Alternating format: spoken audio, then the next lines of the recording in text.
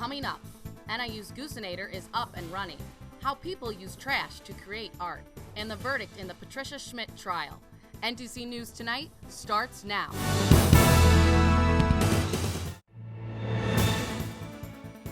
You're watching NTC News, DeKalb County's only television news source, on the campus of Northern Illinois University and from the Northern Television Center. This is NTC News Tonight.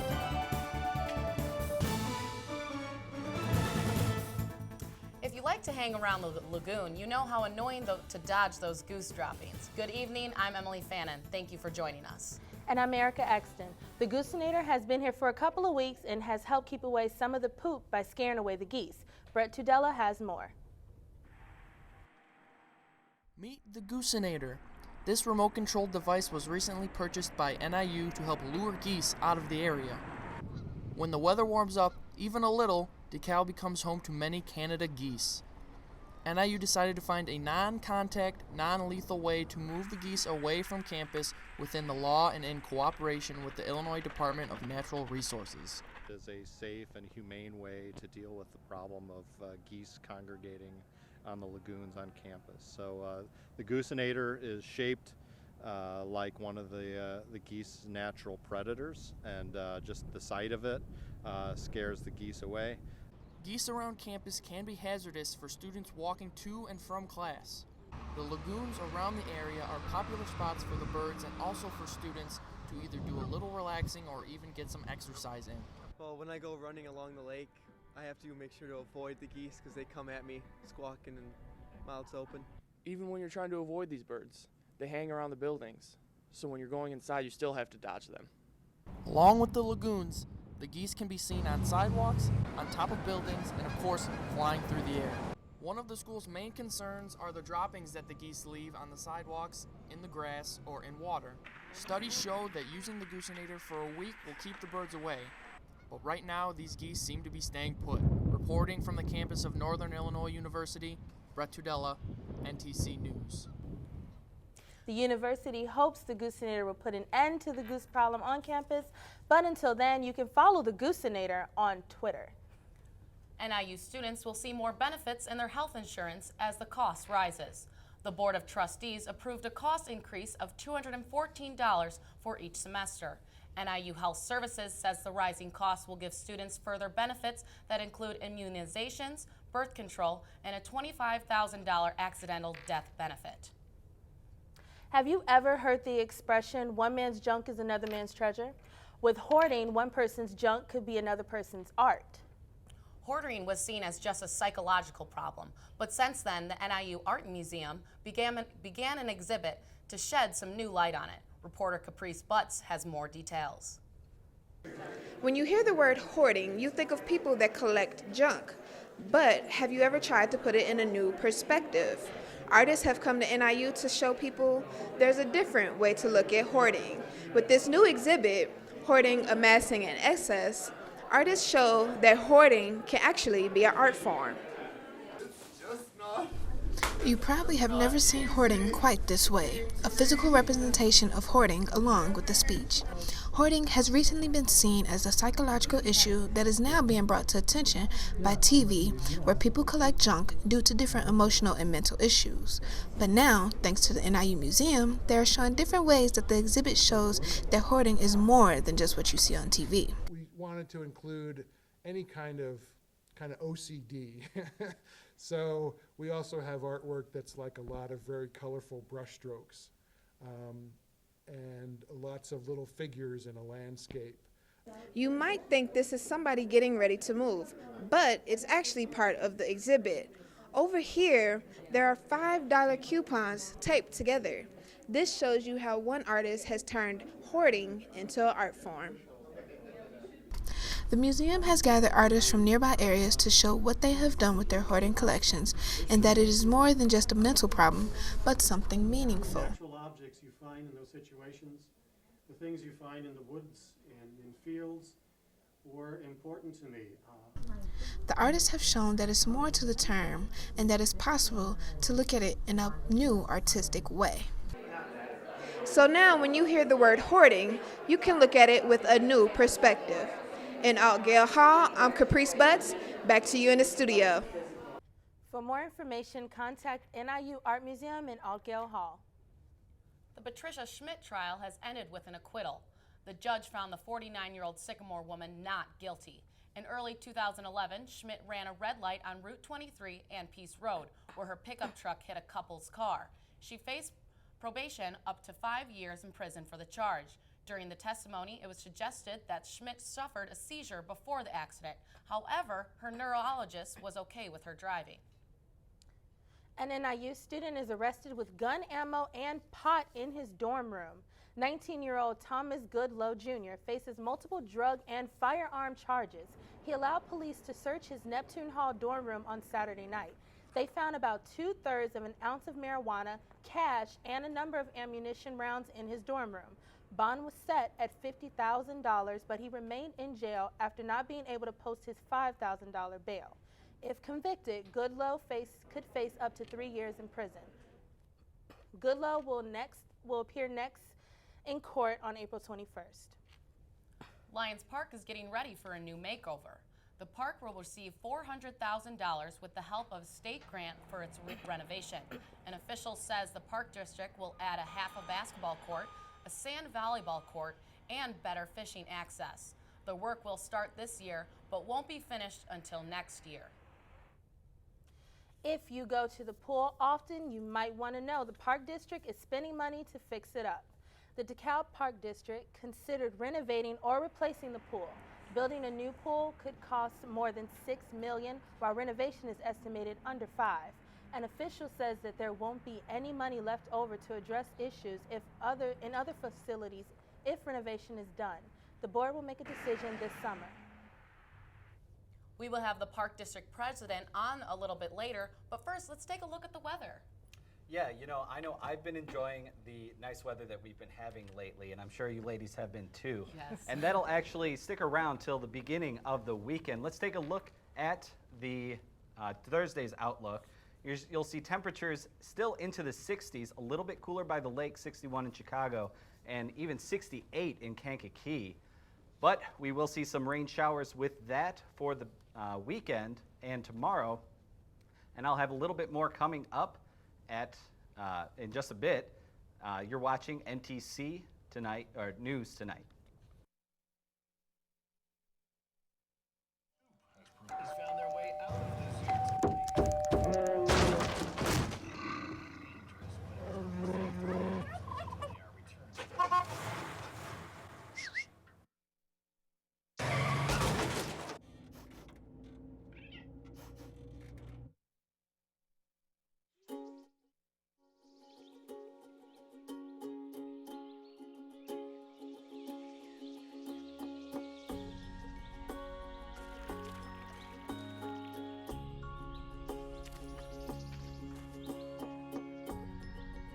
Getting closer to nature can get you closer to your family.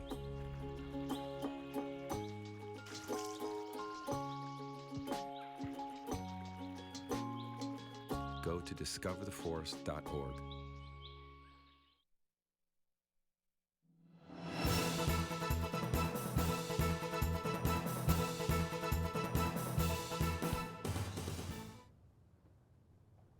Well, welcome back. I'm meteorologist Richard Medliccott with a look at your DeKalb area forecast. You can see that we jumped up pretty nicely from some near freezing temperatures last night, got into the mid 60s today, some above average temperatures finally, and some spring-like weather. Boy, wouldn't we like to be seeing those summer temperatures. 77, the record set back in 2001.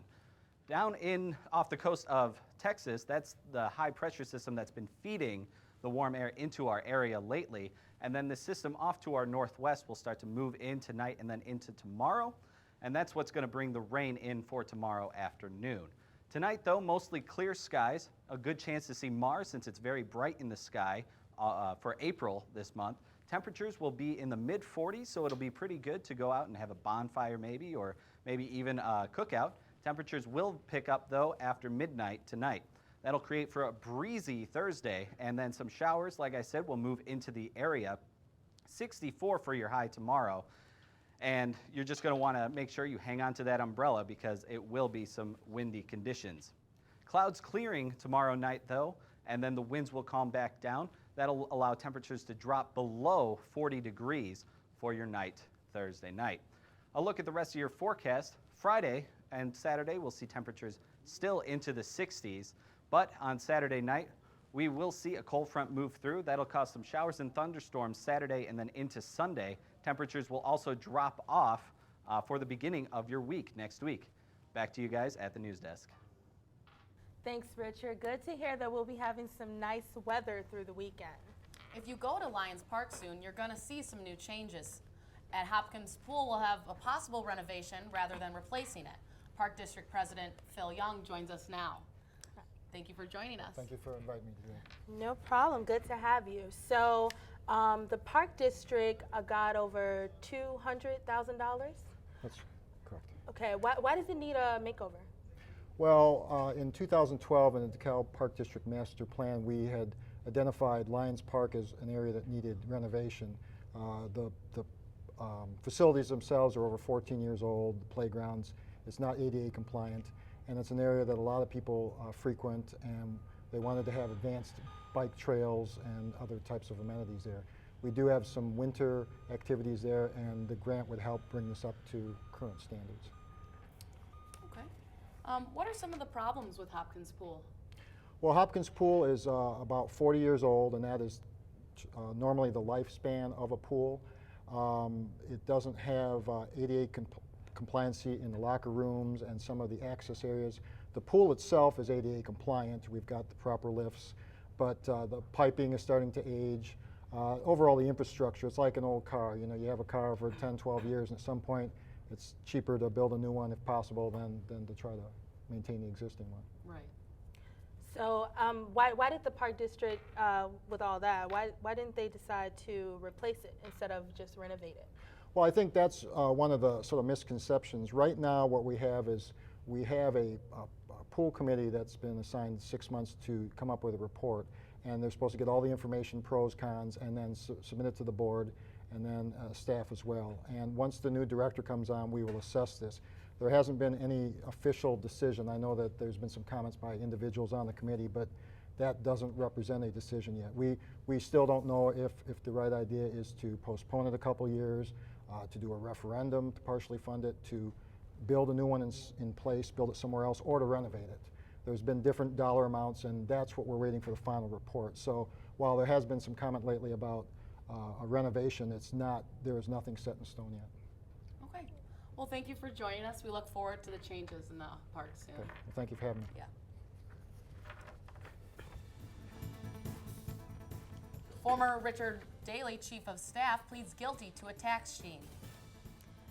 Mayor Rahm Emanuel's plan to slash Chicago pension programs gets approved. These are today's state lines. Former Chicago Mayor Richard Daley's one-time Deputy Chief of Staff has pled guilty to a tax scheme. Emliee cashed checks made out to charity and pocketed some of the money and filing a false income tax return.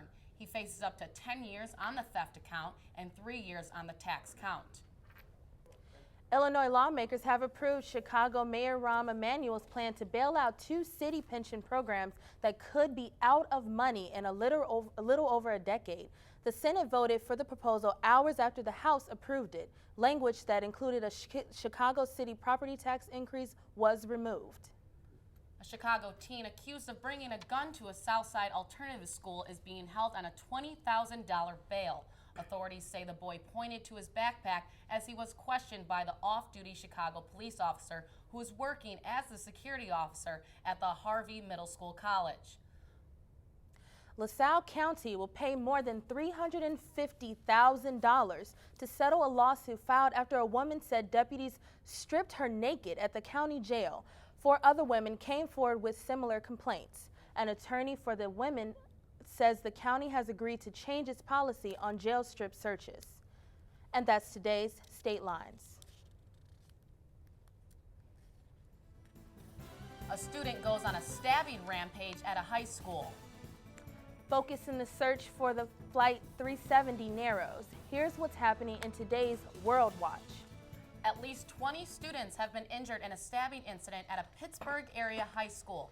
The stabbings happened this morning at Franklin Regional Senior High School.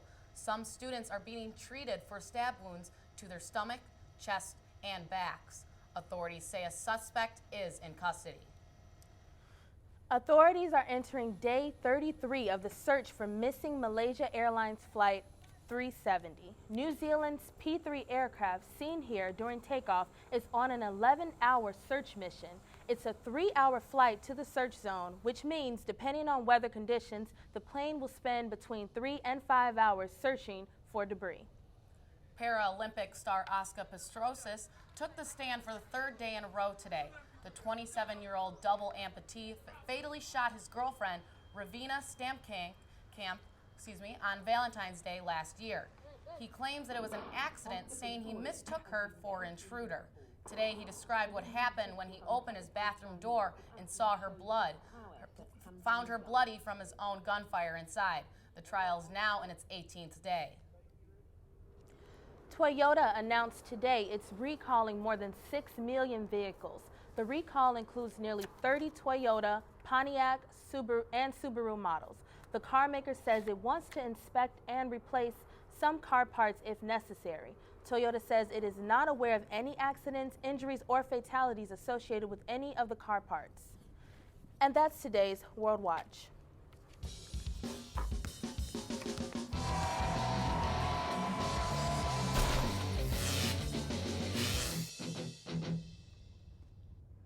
It was all about the Huskies the past 2 days. I'm Brett Tudela for NTC Sports. In DeKalb, we're used to talking about Huskies, but in the basketball world, the Yukon Huskies stand above the rest. The Yukon men took on Kentucky Monday night for the national championship in North Texas. Former presidents Bill Clinton and George W. Bush took in some action at AT&T Stadium. First half, DeAndre Daniels drives baseline, slams the one-handed jam. Later in the first half, Aurora's own Ryan Boatwright hesitates and gets the easy layup for two. Later in the first half at the end, Julius Randle gets the lob pass, hits the layup, and one. Second half now, James Young drives, left-handed slam over the entire Yukon team. This look, you can only see it's really two players, but it seemed like the entire Yukon team. Second half later now, Shabazz Napier hits the three, putting the Huskies up 4. Later, Boatwright hits the jumper, putting them up 6. The Huskies would hold on to the 6-point lead and win the national championship over Kentucky. Moving over to the women, last night's game, Stephanie Dolson for the Huskies came to play. First half, Dolson gets the post feed, makes a nice spin move with the left-handed hook shot right there off the glass. Off a turnover, Brianna Stewart fumbles the ball a little bit right there, but turns, hits the shot, and one. Second half now, great ball movement. Every Husky touches the ball on the court, with Stewart getting the layup right there in the paint. Dolson grabs a rebound on the shot right here, hits this layup, and one. Huskies would dominate with the 21-point lead, 21-point win, 79-58. This was the second year for the men's and women's teams from the same school to win national championships. The last time was in 2004, and it was who else but UConn again. Over to baseball, the White Sox exploded offensively in the thin air of Denver. Top of the second, catcher Tyler Flowers cranks his 2-run home run off of Franklin Morales for his first of the season. One of Jose Quintana's only mistakes was giving up this double to shortstop Troy Tulowitzki over the head of Adam Eaton in the 6th, scoring a run from first base. Next half inning, Jose Abreu goes deep to left for this 3-run homer, his first of his career. In the 8th inning now, Abreu up again, takes it to right center field. He gets a multi-home run game, his first multi-home run game, of course, of his career. The White Sox would win huge, 15-3. Moving over to the Cubs game now, they welcome the Pittsburgh Pirates after losing 2 of 3 in Pittsburgh last week. Top of the first, Pedro Alvarez lines a shot into the right center field gap, scoring Starling Marte and the speedy MVP Andrew McCutchen from first base. 4-1 Pirates now in the 3rd inning. Starling Castro takes the Charlie Morton inside fastball and drives it into the left field corner bleachers. More trouble for Jackson now in the 5th. Travis Ishikawa has the deep fly ball over Nate Shearholtz's head. Bad hop for Shearholtz. Ishikawa gets an RBI triple. 6th inning now. Castro says, "You hang him, I bang him" to Morton. 2 home runs on the day for Castro. Later in the 7th, Anthony Rizzo with a line drive up the middle, tying the game at 6. 8th now, Russell Martin, sac fly to Shearholtz in right. The Pirates would take the lead 7-6, and the Pirates would hang on to win the game 7-6. Our play of the day coming out of the Sacramento Kings game at halftime of the Kings Thunder game. One Kings fan had a chance to win a car if he hits a half-court shot. And look here, nails it. He likes this celebration, showing off some dance moves. That's our play of the day, and that's it for me with sports. Cops and firefighters lose their cool. Find out next on NTC News when it returns.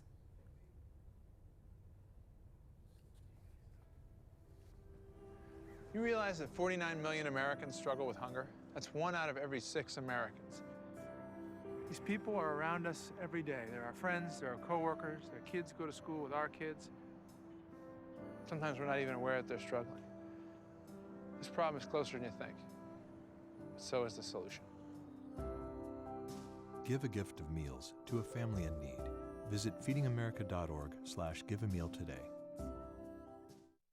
New York's finest are trained to keep their cool. Unfortunately for these police officers and firefighters, their training failed them.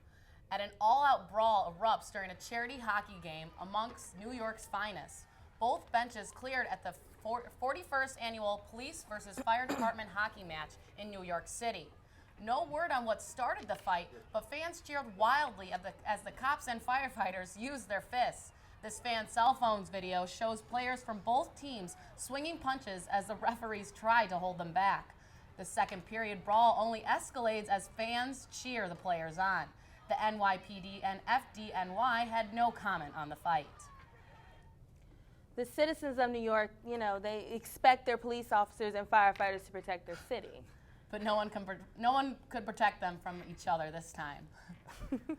NTC News is produced and directed by students here at Illinois University, and we want to thank you for being with us. Enjoy the rest of your evening. We'll be back the same time Monday. Thanks for watching. Goodbye, everyone.